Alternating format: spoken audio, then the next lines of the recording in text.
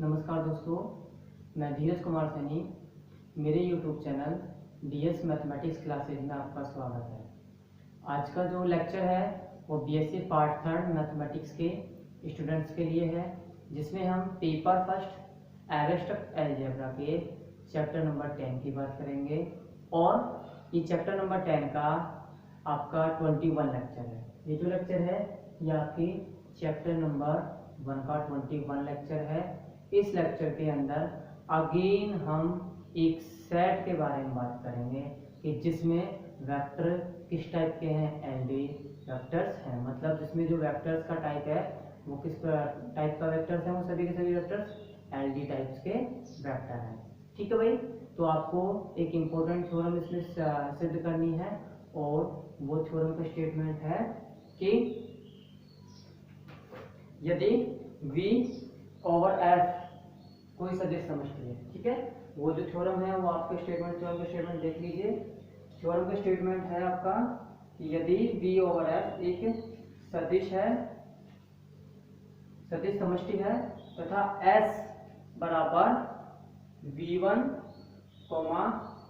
V2, V1, V2 Vn परिमित शून्येतर सदिशों का एक समुच्चय है, तो S एक घातीय परतंत्र होगा यदि और केवल यदि S के कुछ अवयवों को शेष बचे हुए अवयवों के एक घातीय संचय में व्यक्त किया जा सके।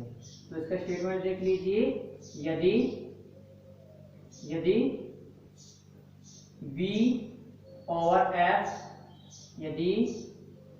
ओवर F एक सदिश समष्टि है, एक सदिश समष्टि है, तथा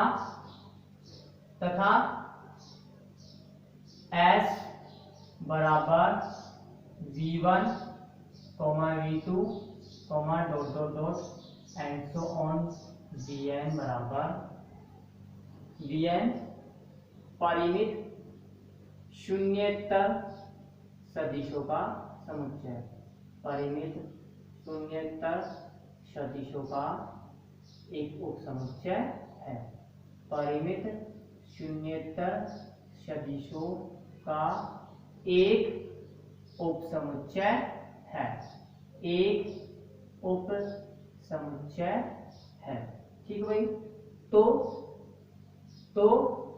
S एक घातीय परतंत्र होगा, तो S एक घातीय परतंत्र होगा यदि और केवल यदि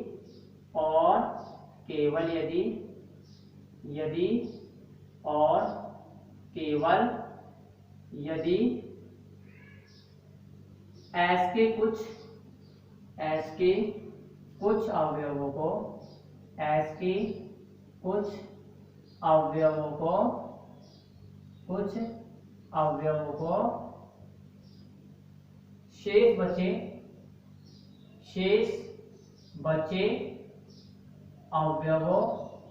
शेष बचे अवयवों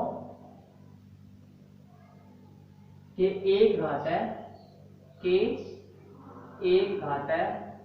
संचय में व्यक्त किया जा सके, कि एक घातीय संचय में व्यक्त किया जा सके। ठीक है, एक घातीय संचय में व्यक्त किया जा सके। आप देखिए, यह आपको थ्योरम का स्टेटमेंट दिया गया है। ठीक है, इसको आपको प्रूफ कैसे करना है, तो उसके लिए सबसे पहले आपको देखना होगा कि इस थ्योरम के स्टेटमेंट में आपको क्या क्या इंफॉर्मेशन दी गई है, फिर क्या आपको क्या सिद्ध करना है, ये इंफॉर्मेशन भी आपको स्टेटमेंट से मिल जाएगी, और फिर किसकी हेल्प से मिलना है, तो किसकी हेल्प से ये सिद्ध करना है, ये सब आपको इंफॉर्मेशन इस थ्योरम के स्टेटमेंट से मिल जाएगी। तो थ्योरम को अगर आप अच्छे से पढ़ते हो तो ये इस थ्योरम का प्रूफ इजीली हो जाएगा। ठीक है, तो देखो क्या क्या दिया गया, आपको V ओवर एक सदिश समष्टि दी है। कहने का मतलब है V क्या है, फील्ड F पर एक सदिश समष्टि दिया गया है। ठीक है, और S आपको एक सेट दिया गया है। कैसा सेट, जो कि किसका सबसेट है, V का सबसेट है, और कैसा सेट है कि जिसमें सदिश तो है सभी, लेकिन कैसे सदिश हैं, सभी के सभी सदिश शून्येतर सदिश है, मतलब कोई भी सदिश जीरो सदिश नहीं है या शून्य सदिश नहीं है। साथ ही साथ ये जितने भी शून्येतर सदिश हैं इनकी संख्या कितनी दी गई है सेट एस के अंदर, सेट एस के अंदर इनकी संख्या दी गई है परिमित, मतलब इनकी संख्या को आप गिन सकते हो।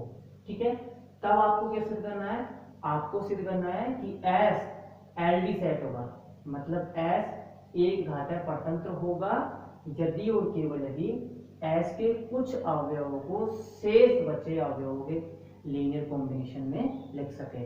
कहने का मीनिंग ये है कि एस के कुछ अवयवों को लिखने के लिए, एस के कुछ अवयवों को एक्सप्रेस करने के लिए आपको किसकी जरूरत पड़ेगी, एस के शेष बाकी बचे अवयवों की जरूरत पड़ेगी या फिर उनकी आवश्यकता होगी। या फिर आप ऐसे कह सकते हैं कि एस के कुछ एलिमेंट्स को आप एस के शेष बचे एलिमेंट्स के लीनियर कॉम्बिनेशंस में लिख सकते हो। ठीक है, देखो थ्योरम का प्रूफ स्टार्ट करने से पहले आपको जो जो इंफॉर्मेशन दी गई है वो हम पहले लिख देते हैं। तो देखिए क्या क्या दिया गया है कि V फील्ड एफ नोड पर क्या है, सदिश समष्टि है। ठीक है, तो लिखिए दिया गया है, दिया गया है V over F, V over F field F plus dot पर, फील्ड F प्लस डॉट पर एक सदिश समष्टि है, एक सदिश समष्टि है। ठीक है भाई, क्या क्या दिया गया है, दिया गया है V over F field F plus dot पर एक सदिश समष्टि है तथा S बराबर V1 V2 dot dot dot Vn समुच्चय या फिर सदिश समष्टि, Vn सदिश समष्टि V ओवर F का, सदिश समष्टि V ओवर F का कोई परिमित शून्येतर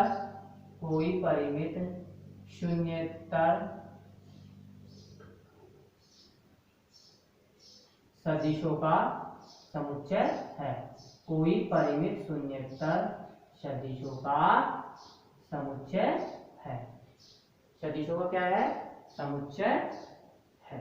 ठीक है भाई, ये तो आपको इंफॉर्मेशन दी गई है किसके अंदर, थ्योरम के स्टेटमेंट के अंदर। ठीक है, अब देखिए आपको क्या सिद्ध करना है, अब हमें सिद्ध करना है कि S एक एलडी सेट होगा यदि S के कुछ अवयवों को शेष अवयवों के लीनियर कॉम्बिनेशन में लिखा जा सके। ठीक है, तो क्या सिद्ध करना है, अब हमें सिद्ध करना है,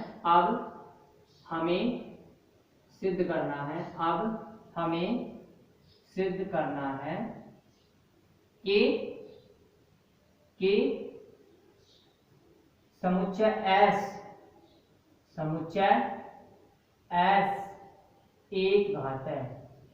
समुच्चय S एक घातांक परतंत्र होगा यदि और केवल यदि, एक घातांक परतंत्र होगा यदि और केवल यदि S के कुछ अवयवों को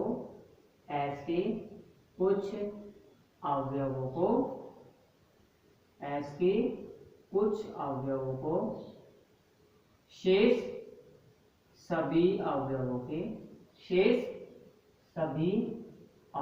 के एक घातांक संचय में व्यक्त किया जा सके, शेष सभी अवयवों के एक घातांक संचय में व्यक्त किया जा सके। ठीक है भाई, आप क्या कर सको कि S के कुछ अवयवों को S के ही शेष सभी अवयवों के एक घातांक संचय में व्यक्त कर सको। ठीक है, एक घातांक संचय में लिखा जा सके। अब देखो इफ एंड ओनली का केस है, तो करना क्या है, आपको पहले एक केस को सही मानना है, फिर उसके बाद दूसरे केस को सिद्ध करना है, ठीक है। फिर अगेन क्या करना है, दूसरे केस को सही मानना है और पहले केस को सिद्ध करना है, ठीक है, सत्य सिद्ध करना है। तो देखो आप कौन सा मान लीजिए, आप मान लीजिए कि एस कैसा सेट है, एलडी सेट है, तो क्या सिद्ध करोगे फिर आपको सिद्ध करना है कि एस के कुछ अवयव एस के शेष सभी अवयवों का एक लीनियर कॉम्बिनेशन है, ठीक है भाई, या फिर एस के कुछ अवयवों को एस के शेष सभी अवयवों के लीनियर कॉम्बिनेशन में लिख सकते हैं। तो देखिए माना एस बराबर v1 v2 dot dot dot vn एक घात है परतंत्र समुच्चय, एक घात है परतंत्र समुच्चय है, एक घात है परतंत्र समुच्चय है, ठीक है भाई। आपने क्या मान लिया कि ये जो सेट है ऐसा कैसा सेट है, एक घात है परतंत्र समुच्चय है, ठीक है। अर्थात नहीं एक घात है परतंत्र समुच्चय है, तब आपको क्या सिद्ध करना है, तब हमें सिद्ध करना है, तब हमें सिद्ध करना है, तब हमें सिद्ध करना है, तब हमें सिद्ध करना है, सिद्ध करना है कि समुच्चय एस के, कि समुच्चय एस के कुछ अवयवों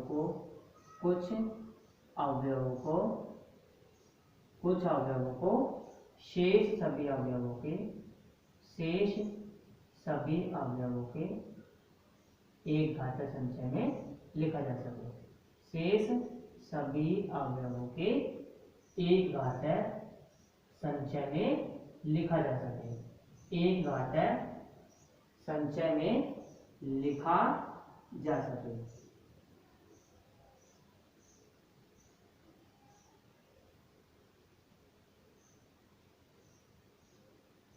अब देखो अब करना क्या है आपको, अब आपको मानना है कि एक्चुअली आपने मान लिया कि एस कैसा सेट है, एलडी सेट है, ठीक है।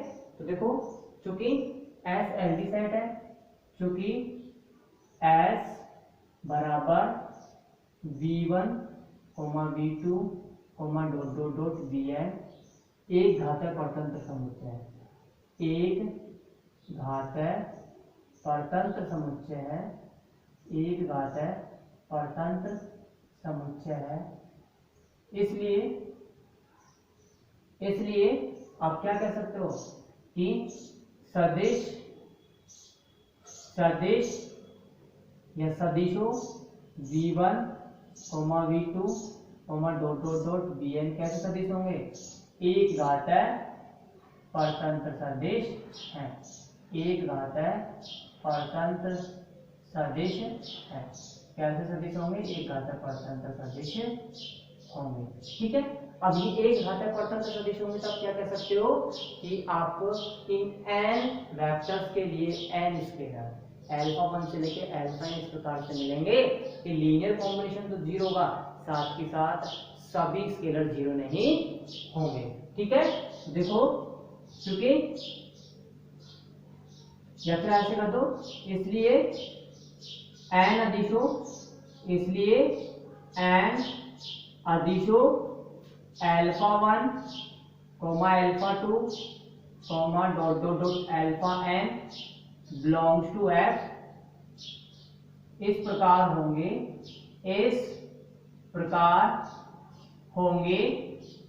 कि alpha 1 into v1 plus alpha 2 into v2 plus dot dot dot plus alpha n into vn बराबर 0 तथा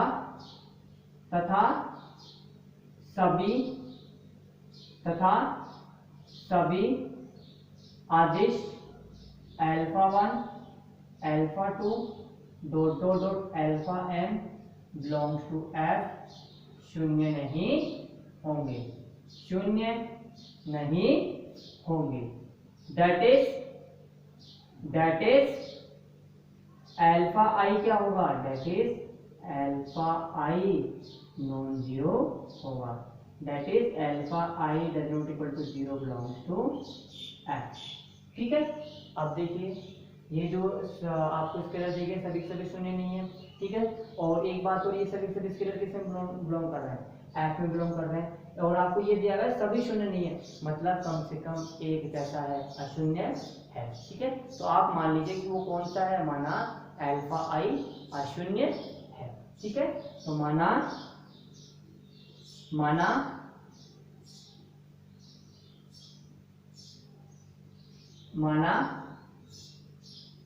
आदिश,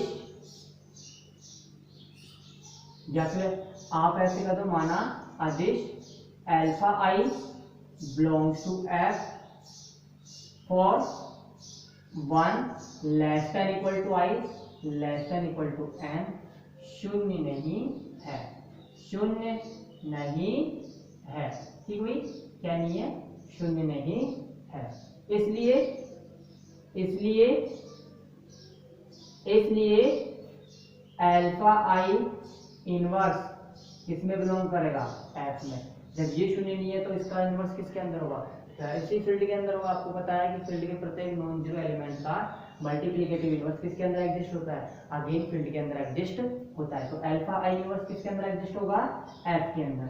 और ये किसके लिए अल्फा इनवर्स, ये है 1 less than equal to I less than equal to N के लिए। ठीक है, या फिर आप इसको इस प्रकार से भी लिख सकते हो, इसलिए alpha I inverse belongs to F such that alpha I into alpha I inverse बराबर 1 बराबर alpha I inverse into alpha i. इसके लिए 1 less than equal to I less than equal to N के लिए। ठीक है, अब देखो, चूंकि alpha 1 into V1 plus alpha 2 into V2 plus dot dot dot plus alpha I minus 1 we I minus 1 plus alpha I V I plus alpha I plus 1 we I plus 1 plus dot dot dot alpha N into we N बराबर क्या है, 0 है। ठीक है, plus alpha N into we N बराबर 0 है। अब देखिए आपको यहाँ पे अल्फा आई कैसा दिया गया है, नॉन जीरो दिया गया है। और वेक्टर्स के बारे में तो आपको खुद को पता है कि सभी के सभी वेक्टर्स कैसे हैं, नॉन जीरो हैं। ठीक है, वेक्टर्स के बारे में तो कोई रेस्ट्रिक्शन नहीं है कि ये जीरो होंगे या नहीं होंगे, इनके बारे में वो आप सिर्फ ये कह सकते हो कि ये सभी कैसे हैं, नॉन जीरो हैं, क्योंकि आपको किसमें दिया गया है, स्टेटमेंट में आपको ऑलरेडी दिया गया है। ठीक है, तो देखिए अब अल्फा आई नॉन जीरो है, तो आप इसको ऐसे लिख सकते हो कि अल्फा आई इंटू वी आई बराबर minus alpha 1 into V1 minus alpha 2 into V2 minus dot dot dot minus alpha I minus 1 into we I minus 1 minus alpha I plus 1 into we I plus 1 minus dot dot dot minus alpha N B N. ठीक है, आप इसको इस प्रकार भी लिख सकते हो। भाई अल्फा आई बी आई को छोड़ दो, बाकी जितने भी टर्म्स हैं सबको क्या किसमें ले जाओ, आप सेकंड साइड में लेके चले जाओ। ठीक है, अब देखो इसके बाद अब यहाँ पे जो माइनस है इसको आप क्या अगेन ब्रैकेट के रूप में भी लिख सकते हो, मतलब आप इस इक्वेशन को ऐसे भी लिख सकते हो, अल्फा आई बी आई बराबर minus alpha 1 into V1 plus minus alpha 2 into V2 plus dot dot dot plus minus alpha I minus 1 into we I minus 1 plus minus alpha I plus 1 minus alpha I plus 1 into we I plus 1 dot dot dot plus minus alpha i फिर alpha N into V N. ठीक है, आप इसको इस प्रकार भी लिख सकते हो। अब आपको करना क्या है, आपको पूरी इक्वेशन को अल्फा आई इनवर्स से क्या करना है, मल्टीप्लाई करना है। है। ठीक भाई, क्या करना है आपको, पूरी इक्वेशन को अल्फा आई इनवर्स से मल्टीप्लाई करना है। देखो भाई नेक्स्ट इससे आगे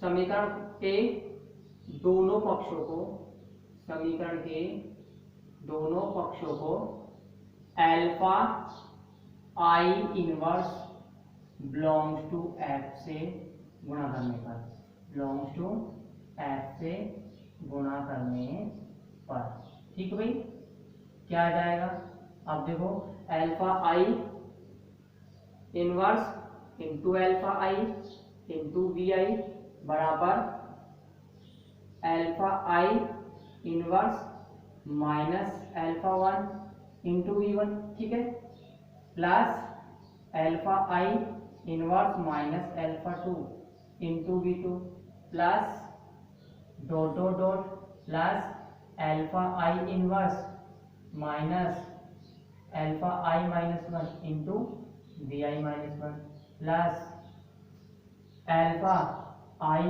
inverse minus alpha I plus one into we I plus one plus dot dot dot plus alpha I inverse minus alpha N into V N, ठीक है, आप इसको इस प्रकार भी लिख सकते हो। अब देखिए आप जानते हैं कि alpha I inverse into alpha i तो कितना होता है, वन होता है, ठीक है, ये तो क्या होता है वन, और वन इंटू वी आई भी आपको पता है क्या होता है वी आई, ठीक है, वन इंटू वी आई क्या हो गया वी आई। अब आप इसको क्या ऐसे लिख सकते हैं, आप अल्फा आई इनवर्स माइनस अल्फा वन है, alpha inverse minus alpha two है, कहने का मतलब है आई तो फिक्स है, यहाँ पे ये जो वैल्यूज है इन वैल्यूज को किसी भी इंडिसेस से रिप्रेजेंट कर सकते हैं, आपने किससे कर दिया रिप्रेजेंट, जैसे, और आपने मान लिया कि अल्फा आई इनवर्स माइनस अल्फा जे किसके बराबर है, बीटा जी के बराबर है, ठीक है, तो इसको तो आपने इसको तो मान लिया बीटा वन, इसको मान लिया बीटा टू, इसको beta i minus one, beta i plus one, और ये हो गया बीटा एन, ठीक है, तो देखो इसको आप ऐसे लिख सकते हो beta one into v one plus beta two into v two plus dot dot dot plus beta i minus one into we I minus one plus beta i plus one into we I plus one plus dot dot dot plus beta n into V N, ठीक है, जहां पे beta की value बता दो, beta क्या है, beta आई क्या है कि बीटा आई बराबर अल्फा आई इनवर्स माइनस अल्फा जे, जहां पे ये जो जे है ये किसके बराबर है, ये वन से लेकर एन तक के बराबर है, लेकिन जे किसके बराबर नहीं है, आई के बराबर नहीं है, ठीक भाई, इस जे की वैल्यू क्या है, जे की वैल्यू वन से लेकर एन तक तो है, लेकिन आई के बराबर नहीं है। अब आप देख रहे हो कि जो वेक्टर वी आई है, ये जो नया वेक्टर वी आई है, इसको आपने किस फॉर्म में लिख दिया, इसको आगे नए स्केलर्स के नए वेक्टर्स और स्केलर्स के फॉर्म में लिख दिया। कहने का मीनिंग है कि ये भी एस का वेक्टर है और ये सभी भी एस के वेक्टर हैं, तो एस के कुछ सदिशों को आपने क्या कर दिया, एस के शेष बचे सदिशों के लीनियर कॉम्बिनेशन में लिख दिया, ठीक है, तो आप क्या लिख सकते हो, अतः एस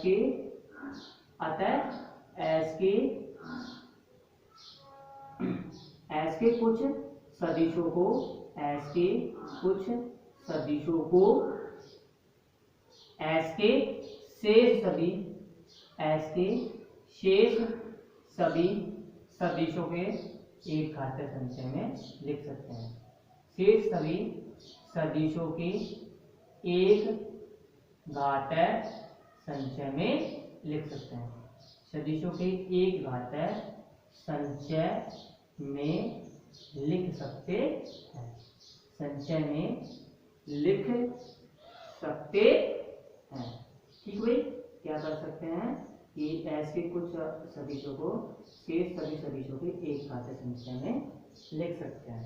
आपका ये एक पार्ट तो कंप्लीट हो गया। अब आपका सेकंड पार्ट है, वो भी आपको बताते कैसे होगा। आपका एक पार्ट तो कंप्लीट हो गया, अब बच रहा आपका विलोम टर्म।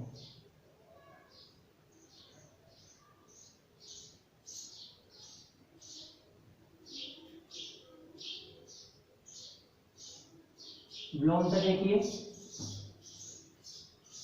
विलोम टर्म हो जाएगा आपका विलोम टर्म माना vi को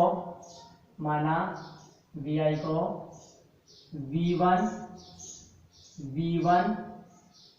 v2 dot dot dot vi minus 1 vi plus 1 dot dot dot vn के एक घात है संचय के रूप में लिख सकते हैं। एक घात है संचय के रूप में लिख सकते हैं।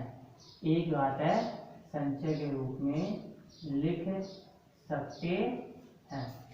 ठीक है भाई, क्या कर सकते हैं, एक घात संचय के रूप में लिख सकते हैं। That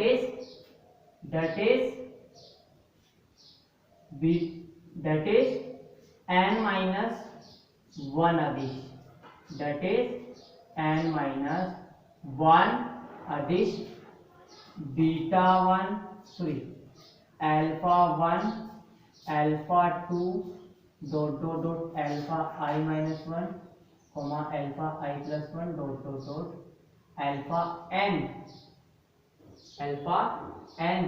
belongs to f। इस प्रकार है बिलोंग्स टू f, इस प्रकार होंगे कि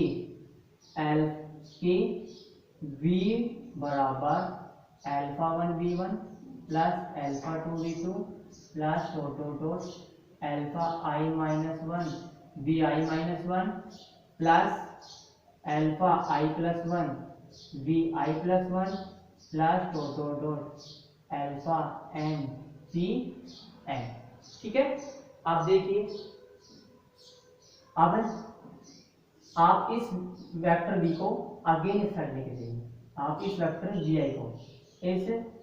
vi को आप अगेंस्ट साइड लेके जाओगे तो नेगेटिव हो जाएगा। तो आप इसको क्या लिख सकते हो, आप लिख सकते हो alpha 1 v1 plus alpha 2 v2 plus alpha I minus 1 vi minus 1 minus vi plus alpha I plus 1 vi plus 1 plus dot dot dot alpha n vn बराबर 0। ठीक है, अब देखो इस माइनस vi को क्या लिख सकते हो, माइनस 1 इंटू vi। ठीक है, अगली इक्वेशन में क्या लिख सकते हो, इस माइनस vi को माइनस 1 इंटू vi। ठीक है, क्या लिख सकते हो, माइनस 1 इंटू vi। तो इसको मैंने लिख दिया माइनस 1 इंटू vi। ठीक है, plus alpha I plus 1 vi plus 1 plus dot dot dot alpha n vn बराबर 0। ठीक है, अब देखो माइनस 1 को आप क्या मान सकते हो, अल्फा I, और ये किसके बराबर नहीं है, 0 के बराबर नहीं है, क्योंकि माइनस 1 बराबर alpha I does not equal to 0। ठीक है, डज नॉट इक्वल टू 0, और ये किसको बिलोंग कर रहा है, फील्ड f को बिलोंग करेगा। ये किसको बिलोंग करेगा, फील्ड f को बिलोंग करेगा।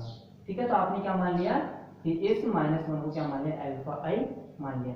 इस माइनस 1 को अल्फा I मान लिया, तो आप क्या लिख सकते हो कि alpha 1 v1 plus alpha 2 v2 plus dot dot dot alpha I minus 1 vi minus 1 plus alpha I vi plus alpha n vn बराबर 0। ठीक है,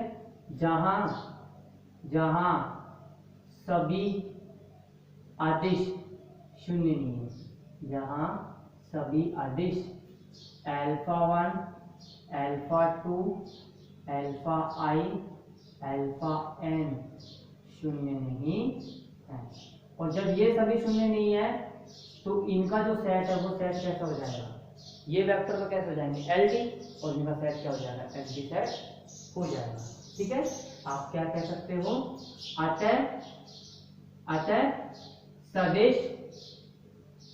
अतः सदिश v1 v2 dot dot dot vi -1 vi plus 1 dot dot dot vn एक घात